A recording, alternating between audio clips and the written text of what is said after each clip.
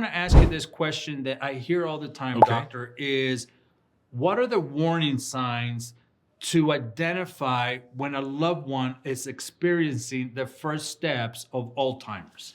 Yeah, so that's a great question. And the first step is can be a little bit different with different people. So for some people, their memory is just not like where it was. Like, where did I put my keys this morning?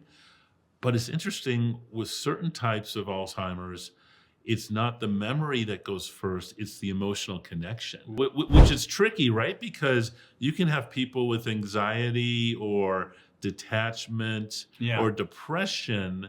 And I'm not saying that all those cases are Alzheimer's, but what I am saying is, in my opinion, those things are all brain disorders. And we need to get to the root cause of the increased inflammation of the brain. So what I would do is look for a change in behavior, either for yourself or your loved one. So, for example, if you always have trouble remembering where you put your keys in the morning, Yeah. since for decades, yeah, it may not be Alzheimer's.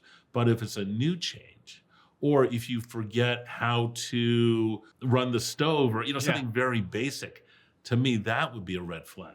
How much does the diet affect the effects of Alzheimer's? Yeah, so diet is one of the pieces, and I think that's because, well, it's a lot of reasons. Number one, if you're eating a diet high in processed sugars, that can promote what's called insulin resistance or type 2 diabetes, which can turn into what we call type 3 diabetes or Alzheimer's. Not that that's the only cause of Alzheimer's, but it is one of the root causes. Another part of diet is if you're eating foods from the top of the food chain, there are much higher levels of toxins there, and those fatty toxins can get into the brain and cause problems there. So I recommend people eat a lot from the bottom of the food chain, specifically fruits and vegetables, because you're going to get a much lower level of these fatty toxins like PCBs, DDT, forever chemicals.